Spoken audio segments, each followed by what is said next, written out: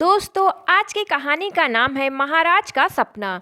एक दिन जब राजा कृष्णदेव राय दरबार में पहुंचे तो किसी गहरी सोच में डूबे हुए थे। जब वे सिंहासन पर विराजे तो दरबार की कार्यवाही प्रारंभ करने के पूर्व दरबारियों को बीती रात देखा अपना सपना सुनाने लगे। सपने में महाराज ने बादलों के बीच उड़ता हुआ एक सुंदर महल देखा था, जो बहुमूल्य पत्थरों से बना हुआ था।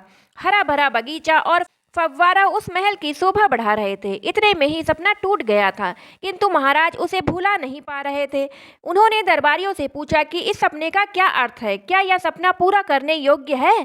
तेनालीराम कहना चाहता था कि इस तरह का सपना व्यर्थ होता है। तेनालीराम कहना चाहता था कि इस तरह का सपना व्यर्थ होता है, इसे भूल जाना चाहिए।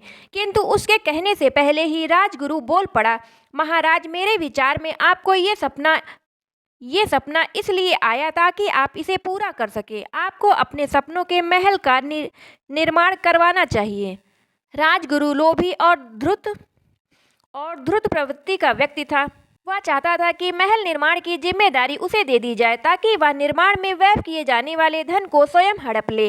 तेनालीराम राजगुरु की योजना समझ गया था, किंतु वह कुछ कहता उससे पहले ही महाराज ने महल निर्माण की जिम्मेदारी राजगुरु को सौंप दी थी और उसे अगले ही दिन से कार्य प्रारंभ करने का आदेश दे दिया। दिन गुजरते रहे, राजगुरु ने महल निर्माण का कार्य प्रारंभ नहीं किया। महाराज जब भी उससे महल के बारे में पूछते तो वह निर्माण में हो रही देरी का कोई न कोई बहाना बता देता। वह महाराज से उनके सपने के बारे में तरह तरह के प्रश्न पूछता और उनके समय बढ़ाने के साथ साथ बजट के नाम पर धन भी ऐंठ लेता। एक दिन महाराज कृष्णदेव राय के दरबार में एक वृद्ध व्यक्ति आया और न्याय की गुहार लगाने लगा। महाराज अपनी न्यायप्रियता के लिए प्रसिद्ध थे। उन्होंने वृद्ध को आश्वासन दिया कि उन्हें न्याय अवश्य दिया जाएगा और उससे उसकी समस्या पूछी। वृद्ध व्यक्ति बताने लगा कि वह एक धनी व्यापारी था, लेकिन एक सप्ताह पहले उसका धन लूट लिया गया और उसके परिवार की हत्या कर दी गई।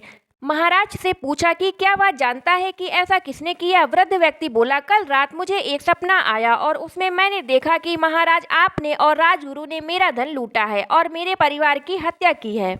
यह सुनकर महाराज क्रोधित हो गए और बोले, क्या अनाप शनाप बक रहे हो। तुम्हारा सपना मात्र एक सपना है, वो सच कैसे हो सकता है।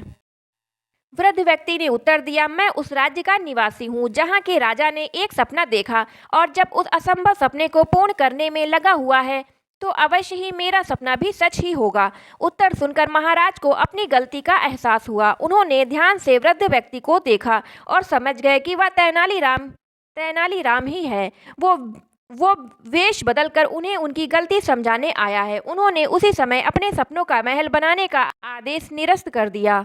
तो दोस्तों, कहानी अच्छी लगी हो तो वीडियो को लाइक एंड चैनल को सब्सक्राइब कर लेना।